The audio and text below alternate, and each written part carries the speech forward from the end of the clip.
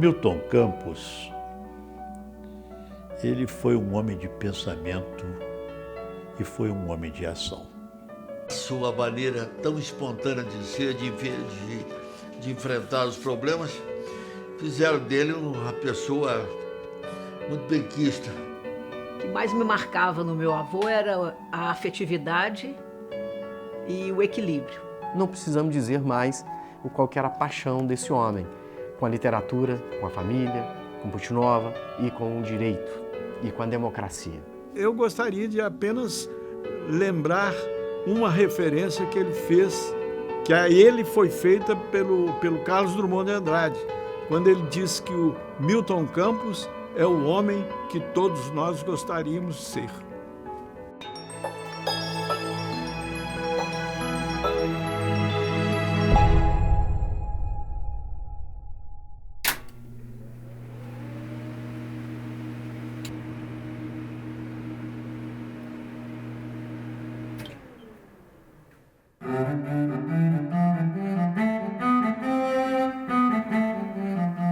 Como o próprio Milton Campos afirmou, para conhecer uma pessoa, a personalidade de uma pessoa, seria importante a gente saber onde nasceu e quando.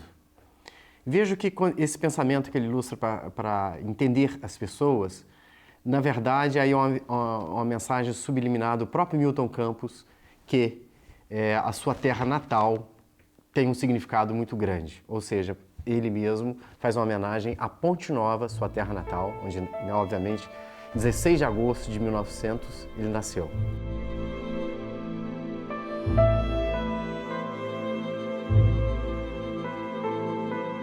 Vamos pegar 3 exemplos da família de Milton Campos. O pai, Francisco Campos, que se tornou desembargador, tinha toda uma formação ética, jurídica, de nunca nos jornais a gente encontrar nenhum tipo de problema relacional em Ponte Nova e onde era a jurisdição dele. O tio-avô, o senador Antônio Martins, foi vice-governador de Minas. O tio Otávio Soares, também outra figura proba que eu considero do que li, do que já vi, e que muitos comentários de pessoas que tiveram a oportunidade de vivenciar, de conhecer o mandato dele, consideram que foi um dos indivíduos mais probos também da história de Ponte Nova. O Dr. Otávio Soares, também formado em Direito, também, eu acredito também que tenha tido uma certa influência, porque o temperamento, a forma de lidar com conflitos, muito parecida com o Milton Campos. Estamos aqui construindo a personalidade do Milton Campos, né?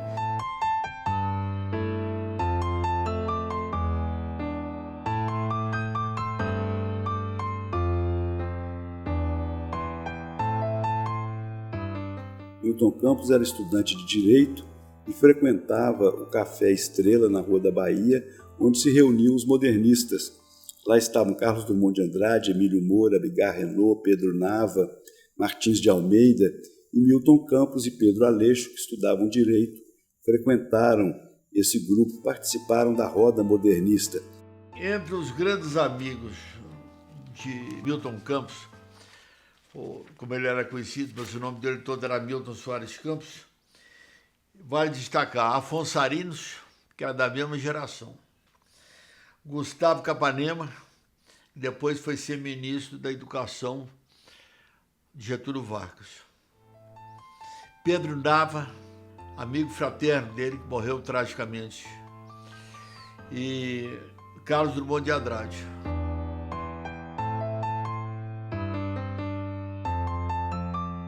O doutor Pedro Aleixo, que era o melhor e mais antigo amigo do doutor Milton, era compadre do Juscelino Kubitschek. Então, eles conviviam nessas circunstâncias, cada um tinha sua posição, tinha seu partido, mas sempre dentro de um convívio respeitoso. E foi um grande exemplo de amizade, né? de um comportamento de altíssimo nível, né? E os adversários até brincavam na época, né? Eu era menino, mas ouvi muita gente falar que o doutor Milton não resolvia nada sem a participação do doutor Pedro, e quando alguém ia a ele pedir para resolver alguma coisa, ele falava, vou ouvir o Pedro primeiro. Isso era a maldade dos adversários políticos, né? Muitas vezes as pessoas iam conversar com o Milton Campos sobre um determinado assunto, né, e pediam alguma providência, coisa semelhante, e ele perguntou, você já falou com Pedro? Não. Então fale com Pedro I. Fale com Pedro I. Bom, Pedro I foi um imperador no Império, né? Então ficou uma brincadeira que Pedro ficou conhecido Pedro I. Pedro Aleixo, Pedro I. E o próprio governador Milton Campos achava graça nessa brincadeira. O doutor Milton era um cidadão muito tranquilo em qualquer circunstância. Agora, ele teve a sorte de ter casado com uma mulher maravilhosa. A dona Deia era uma mulher maravilhosa, elegante, inteligente, culta. E isso dava a ele também uma tranquilidade para expandir o temperamento dele dentro da própria casa, que era sempre um lugar de muita tranquilidade, de muita conversa e de muita hospitalidade. Ele era uma pessoa interessantíssima, muito agradável, muito amigável, né? Espirituoso, de bom humor, mas ao mesmo tempo não era uma pessoa crítica, tinha uma generosidade muito grande, com muitos amigos. Um traço que eu me lembro dele muito importante era o carinho muito grande que tinha com as crianças, os netos, por exemplo, mas também os vizinhos, os meninos da rua que iam brincar lá. Os tempos eram outros, Brasília era muito distante, ou mesmo o período em que morou no Rio era distante, mas final de semana sempre com a família, junto à minha avó e filhos e netos. A vovó era uma pessoa de extrema bondade, extrema simplicidade. Eu me lembro perfeitamente dele descascando a própria laranja para o lanche da tarde e sempre puxando a casca numa tira única, mostrando a sua habilidade. Não era um homem formal, não tinha qualquer tipo de formalidade em casa. Atendia, levantava da mesa muitas vezes para atender a um telefonema, e com os netos sempre com extrema paciência.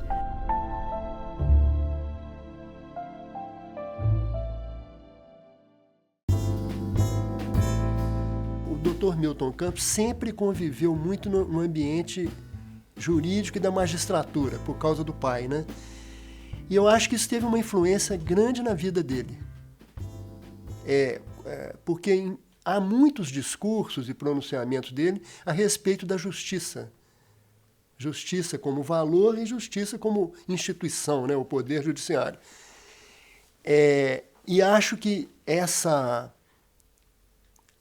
a importância disso para ele nasceu do convívio com o pai. Meu avô se formou em Direito no momento em que o pai era desembargador no Tribunal de Justiça. Para evitar a presença no tribunal ou a atuação da advocacia, no momento em que o pai exercia a tão nobre missão, ele optou por iniciar a advocacia no interior do estado e se instalou em Boa Esperança, no sul de Minas. Depois ele veio para Belo Horizonte, ele foi advogado do Estado, teve uma atuação destacada na defesa dos interesses de Minas Gerais no contencioso de limites com o Espírito Santo. Foram os pareceres de Milton Campos que garantiram a Minas Gerais a ocupação de terras que estavam em disputa entre o nosso Estado e o Espírito Santo. Depois ele foi punido por ter assinado o Manifesto dos Mineiros em 1943. Em outubro de 43, um grupo de mineiros, advogados, intelectuais, profissionais liberais, esses mineiros assinaram o que ficou sendo chamado Manifesto dos Mineiros. Ele era um manifesto de apelo à democracia, que o regime brasileiro, agora que estava concluindo a Segunda Guerra, que era a grande desculpa do Getúlio Vargas para manter a ditadura, né? Falava que era importante que o Brasil voltasse à democracia e que os mineiros esperavam isso. É muito interessante, é um manifesto entre mineiros, falando para os mineiros.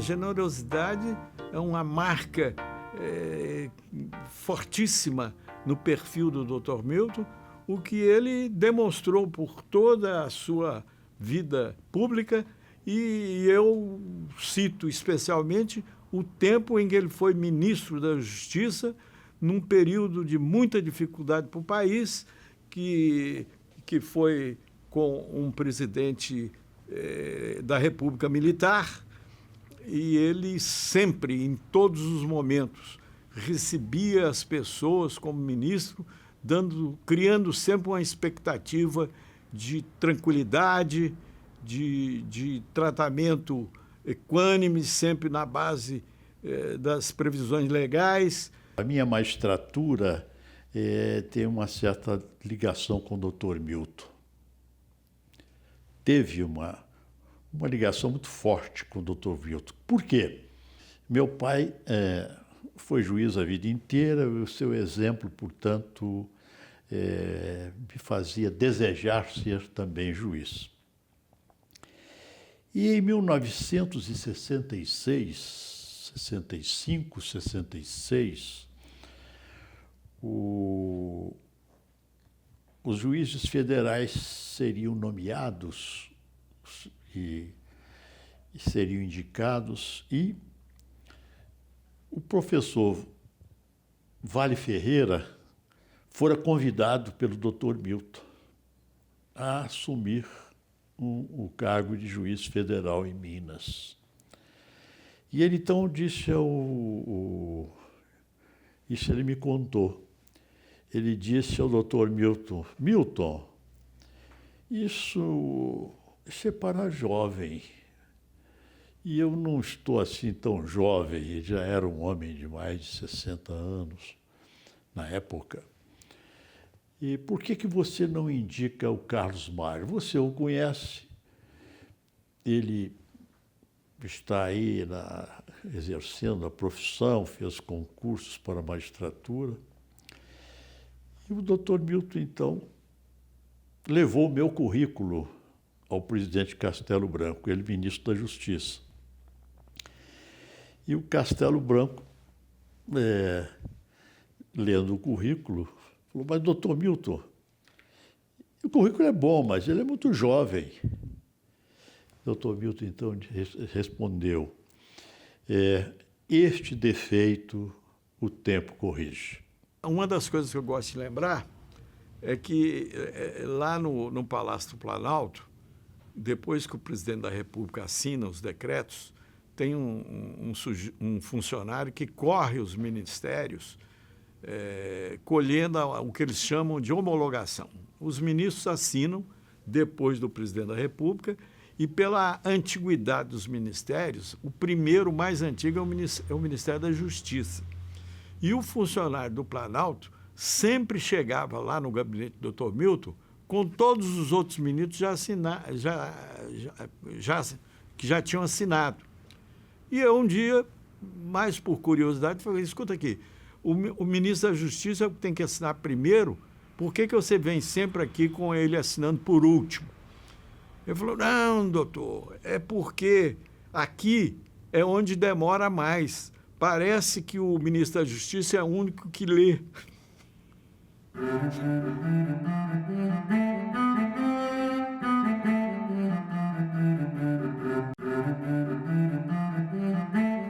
Ele teve muito destaque na classe dos advogados e foi um dos fundadores da OAB.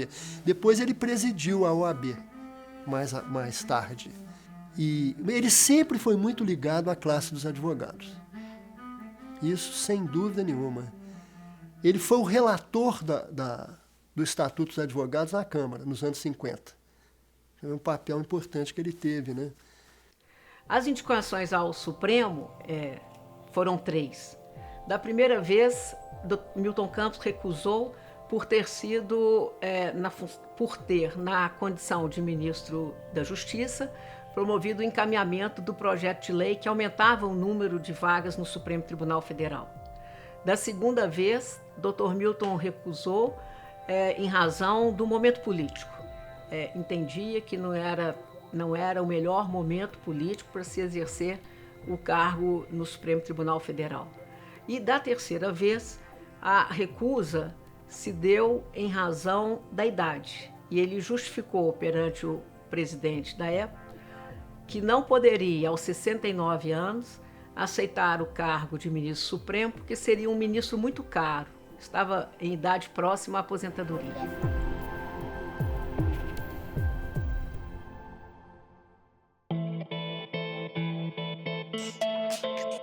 Milton Campos acabou sendo surpreendentemente eleito governador e fez esse governo mais da lei do que dos homens, como ele dizia.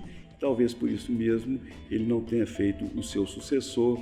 Juscelino Kubitschek também era uma avalanche que vinha inundar tudo com o seu fascínio, com a sua capacidade de liderança, mas Milton foi sempre aquela reserva moral, como ele era chamado, uma reserva moral da política e, ao mesmo tempo, um grande intelectual, um pensador. Os textos primorosos que ele escreveu não deixou um grande acervo literário, mas tudo que ele escreveu tem uma qualidade literária especial e ele soube muito bem refletir até sobre Minas Gerais, sobre a condição do mineiro.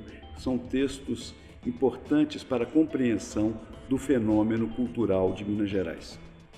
Ele publicou um livro chamado Compromisso Democrático, que reúne os seus discursos à frente do governo de Minas Gerais, exatamente numa época muito difícil, com as finanças abaladas do Estado, com a reconstrução democrática do Estado de Minas Gerais depois do regime autoritário de 1930 a 1945.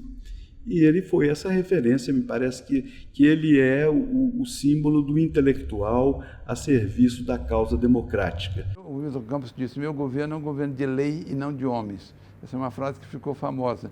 Ele foi acusado de ser demasiadamente imparcial como governador. Aqueles que lutaram para que ele fosse eleito achavam que ele ia dar mais atenção e mais cargos, né, para os que apoiaram a eleição dele. Não, ele procurou ter boas relações com eles, mas disse: eu sou o governador de todos, eu quero que prevaleça a lei. Ele tinha mais preocupação em ter um governo que não desbordasse, que não saísse dos limites legais, do que agradar os seus próprios correligionários. Muitas vezes, aí criou-se uma frase dele, foi famosa: toda vez que um chefe político ia conversar com ele, pedir um favor, ele pesava aquilo assim como fosse o juiz, mas não como governador. Uma frase do Milton Campos que é suficiente para caracterizar o seu comportamento. Ele dizia assim: governar não é somente administrar, é também educar. Quando terminou o governo, ele então teve que voltar à vida do cidadão comum, e ele tinha ajuizado uma ação judicial para recuperar os cargos. E essa ação demorou, foi terminar no Supremo Tribunal Federal. E ele ganhou, com decisão do Supremo, a reintegração tanto como professor como consultor jurídico da Caixa. Mas o problema é que ele não voltou a exercer nenhum dos cargos, porque o tempo já tinha passado, ele já tinha condições de se aposentar, né? E ele foi eleito senador 2 vezes, mas tem um detalhe interessante: ele não executou o direito de receber os proventos da aposentadoria em nenhum dos 2 cargos. Durante o ano de 46, ele atuou na Constituinte, teve uma posição importante que foi de relator da parte do Poder Judiciário. Interessante mencionar isso aqui. Todo o desenho da justiça brasileira daquele regime foi relatado por ele, né? E sempre com opiniões e pareceres muito bem elaborados. O Dr. Milton era um exemplo de tudo. Ele, apesar da figura dele, de toda a importância que ele tinha, ele tratava todo mundo com a maior simplicidade, com a maior tranquilidade. Ele não conversava a língua dele, ele conversava a língua dos outros.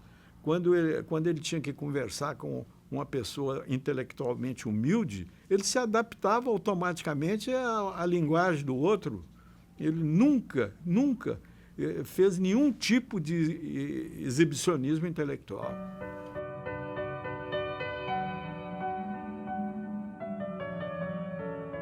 Milton Campos não foi vice-presidente nem presidente da República, mas hoje ele é lembrado ainda como um grande político, como aquele que todos os políticos gostariam de ser. Um homem honrado, um homem digno, com uma postura sempre referencial pelo padrão ético que ele alcançou, que ele definiu e praticou. Esse padrão ético em todos os postos em que nós temos a presença de Milton Campos. Eu faço questão de ressaltar que ele era um homem seguro do seu próprio valor, mas sem ser orgulhoso. Ele conhecia os seus méritos, a sua formação e sabia até onde podia ir, mas não ostentava qualquer orgulho em relação ao conhecimento que tinha do mundo e das ideias que ele professava. Milton Campos, ele foi um homem de pensamento e foi um homem de ação. Ele foi advogado, foi jurista e ele sempre buscou realizar como homem de bem, ele sempre buscou realizar o ideal de justiça. Milton Campos me recebeu na sua casa da rua Tomás Gonzaga para que eu pudesse entrevistá-lo para uma matéria especial no estado de Minas a respeito dos seus 70 anos. E ele logo foi dizendo: envelhecer não é triste porque é natural. Eu quero envelhecer sem envilecer. E era exatamente o padrão Milton Campos. Foi mais ou menos o que Ulisses Guimarães diria depois: eu sou velho, mas não sou velhaco.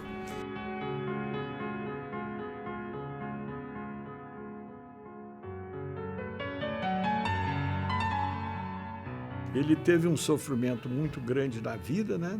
Não só ele, como a dona Déia, os irmãos e a família, porque os 3 filhos morreram muito precocemente, todos por doença cardíaca, né? O Luiz, que era o mais antigo, morreu com 36 anos aqui no Clube Campestre de Belo Horizonte, jogando futebol. Quando o Luiz morreu, o Antônio tinha 34. 2 anos depois, no Clube da Belga Mineiro, lá na Pampulha, o Antônio também morreu do mesmo jeito, né? E o João Cláudio foi o que durou mais tempo. Ele chegou a ser operado pelo Zerbini, né? Uma operação cardíaca, na época era uma coisa difícil. Sobreviveu alguns anos depois da cirurgia, mas morreu muito novo também, 40 e poucos anos. O João Cláudio morreu depois dele, mas os outros 2 morreram antes. E a pior coisa que pode existir na vida de uma pessoa, eu acredito, é perder um filho. Imagina, perder 2. Terrível. Meu avô já se encontrava doente, em tratamento contra um câncer que acabou por levá-lo, e minha mãe me relatou que eu estaria muito preocupada com os meus exames de colégio, provas finais, notas, coisas dessa natureza. Ele, então, sensível como era e afetuoso, numa das visitas que fizemos a ele no hospital, me chamou e sugeriu que quando eu me sentisse preocupada, aflita, com essas questões envolvendo as notas, o colégio, que eu deveria fazer como ele fazia durante o tratamento na chamada época era bomba de cobalto, que ele entrava na máquina para o tratamento, fechava os olhos e ficava a recordar os vitrais da Catedral de Chartres, na França.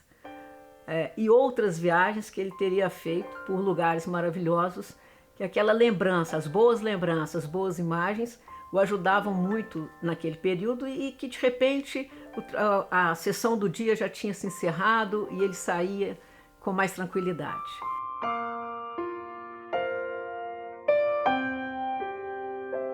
E seria até ocioso dizer a falta que ele faz ao Brasil de hoje, especialmente a Minas Gerais. Os princípios que ele cultivou, a tolerância que ele demonstrou com seus adversários políticos, a resistência oposta aos pedidos dos correligionários, tira o delegado, troca a professora, demite a diretora do grupo, o que era quase que diário, os pedidos dessa natureza. Ele nunca, jamais, ele se rendeu a pedidos dessa natureza. Era a natureza do meu avô. Era evitar os excessos, tratar a coisa pública de forma adequada. Nós recebemos, né, sempre separando muito bem o público do privado, o interesse público do interesse pessoal e transmitindo, né, aos seus descendentes esse nobre sentimento de respeito pela coisa pública, pela honradez, pela honestidade, preceito que todos nós procuramos e fazemos observar constantemente.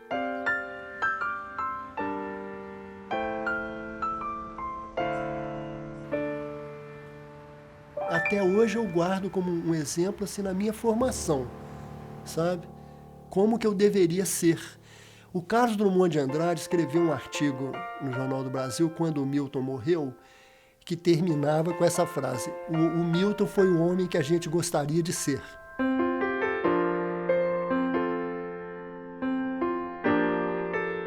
Milton Campos é sempre reverenciado como aquele homem do equilíbrio. Carlos Drummond de Andrade, quando Milton morreu, disse: ele foi o melhor de todos nós. Ele queria dizer não só de uma geração, mas acredito de todos nós mineiros, porque ele foi um mineiro exemplar. Eu acrescentaria para terminar que Milton Campos foi um homem do seu tempo. Foi um homem justo, foi sobretudo um homem bom. Zé Bento Teixeira de Sales, que foi um dos seus biógrafos, revela num livro biográfico de Milton, que Milton dizia que o importante não é ser importante, o importante é ser bom.